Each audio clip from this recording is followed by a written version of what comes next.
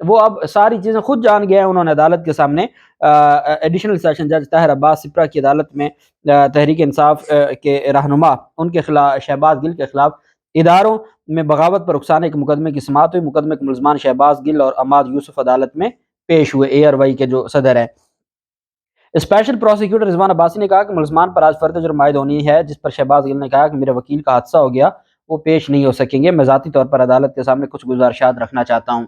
شہباز گل نے کہا کہ میرے شریک ملزم ارشد شریف کو زبردستی ملک چھوڑنے پر مجبور کیا گیا.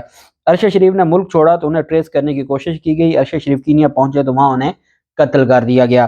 انہوں نے کہا کہ ارشد شریف کے قتل کی تفتیش کے لیے تفتیشی ٹیم تشکیل دی گئی. تفتیشی ٹیم نے اس مقدمہ کے مدعی کو بھی اپنا بیان ریکارڈ کرانے کے لیے طلب کیا. اسی نوعیت کی ایک درخواست کراچی میں بھی درج کی گئی، مقدمہ درج کیا گیا. کراچی مقدمہ کے تفتیشی نے بتایا کہ انہیں کس نے مقدمہ درج کرنے اور ہمیں نامزد کرنے کا کہا.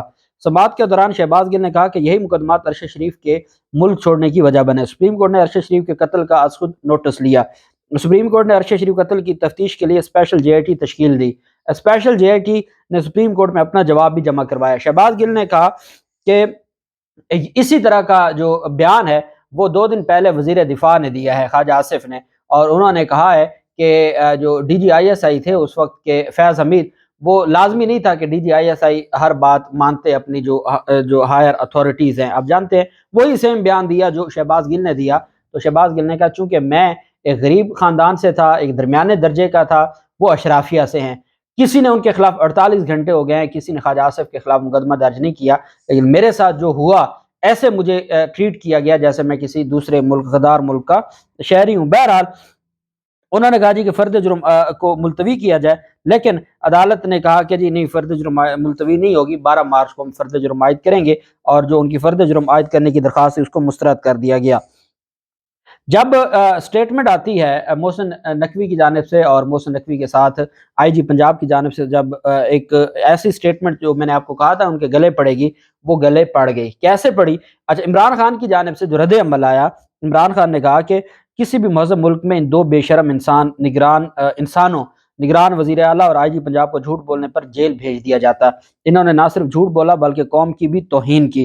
عمران خان نے کہا جب خطرناک لوگوں نے ملک پر قبضہ کیا ہوا ہو تو ایسا ہی ہوتا ہے، جو سمجھتے ہیں کہ ہر کوئی گنگا ہے اور وہ اپنے حساب سے ملک کو چلانا جانتے ہیں. لیکن اب 2023 ہے، یہ کوئی پرانا دور نہیں ہے کہ جو یہ چاہیں گے ویسا ہو جائے گا. اس کے بعد جو آئی جی پنجاب ہیں وہ جاتے ہیں ضلع شہید کے والد کے پاس، اور وہاں جا کے ان کی ملاقات ہوتی ہے، اور وہاں جا کے وہ ان کو خود لے کے آتے ہیں. پہلے تو 2 چینلز جیو اور محسن نقوی کے چینلز پہ ان کا ایک بیان چلوایا گیا، پھر انہوں نے کہا چلیں تمام میڈیا کے لوگ ہیں، لیکن ساتھ آئی جی خود کھڑا ہو گیا کہ جی میں میرے سامنے میں بھی بات کر لوں، میں آیا جوں، اور ساتھ وہ بھی بات کر لیں. پریس کانفرنس میں آئی جی پنجاب وہاں پہ کھڑے ہیں اور ساتھ ان کے والد بیان دے رہے ہیں، اور وہ کہہ رہے ہیں جی اب جو الزام لگایا گیا تھا، محسن نقوی نے کہا کہ پاکستان تحریک انصاف نے 1 کروڑ روپے کی آفر کی ہے ضلع شاہ کے والد کو، اور کہا ہے کہ یہ ملبہ پولیس پہ اور محسن نقوی پہ ڈالنا ہے. تو محسن نقوی کے اس جو الزام تھا اس کو مسترد کرتے ہوئے آئی جی پنجاب کے ساتھ کھڑے ہو کر ضلع شاہ کے والد نے کہا کہ نہ میرے اوپر کسی نے دباؤ ڈالا ہے، نہ ہی کسی نے مجھے پیسوں کی آفر کروائی ہے. جب یہ جھوٹ ان کا بے نقاب ہو رہا ہے اور وہی مظلوم خود بے نقاب کہہ رہا ہے اور آئی جی پنجاب کے ہوتے ہوئے وہ بے نقاب کہہ رہا ہے، اتنے میں سی پی او ملتان ان کی جانب سے، ملتان پولیس آفیشل سی پی او ملتان کی جانب سے سورہ ابراہیم کی ایک آیت مبارکہ کوٹ کی جاتی ہے اور ٹویٹ کی جاتی ہے. ایسے وقت میں جب ایک طرف جو نگران ہیں وزیر اعلیٰ پنجاب محسن نقوی اور آئی جی پنجاب ان کے ساتھ سی سی پی او لاہور بیٹھے ہیں، دوسری طرف جو ڈاکٹر جاوید بیٹھے ہیں، ڈاکٹر جاوید اکرم. اور یہ بھی میں آپ کو بتا دوں کہ جو میرے نالج میں آیا ہے کہ یہ وہ ڈاکٹر جاوید ہیں جو قیوم ملک صاحب جن کی ڈیتھ ہوئی ہے، جو وہ سابق جج تھے، وہ آڈیو ویڈیو والا جو معاملہ تھا، تو ان کے بھائی بھی ہیں، جو ملک فیملی ہے لاہور کی، پاکستان مسلم لیگ نون کی، تو وہ جو ڈاکٹر ہیں.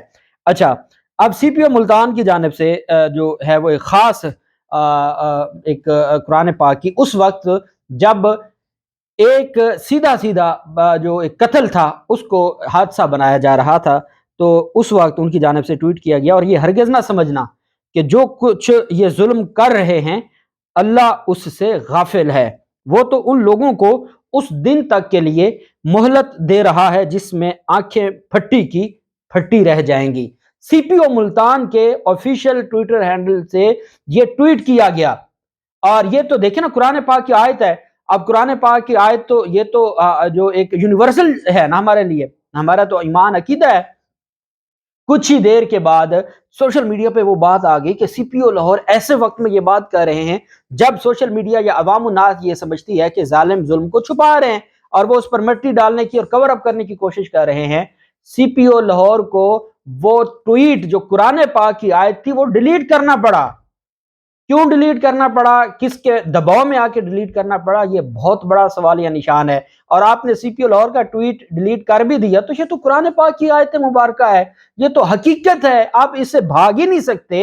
اور آپ کو صرف یہ تھا کہ جی ایک یہ اس وقت میں ایسی بات کیوں کی گئی، اور یہ ایک میں سمجھتا ہوں کہ انتہائی افسوس کی بات ہے کہ قرآن پاک کی آیت کا ترجمہ تھا اور وہ ڈیلیٹ نہیں ہونا چاہیے تھا۔ بہرحال ملتان پولیس آفیشل جو تھے سی پی او ملتان، ان کی جانب سے یہ ٹویٹ کیا گیا۔ ساتھ مریم نواز کی آڈیو آ گئی۔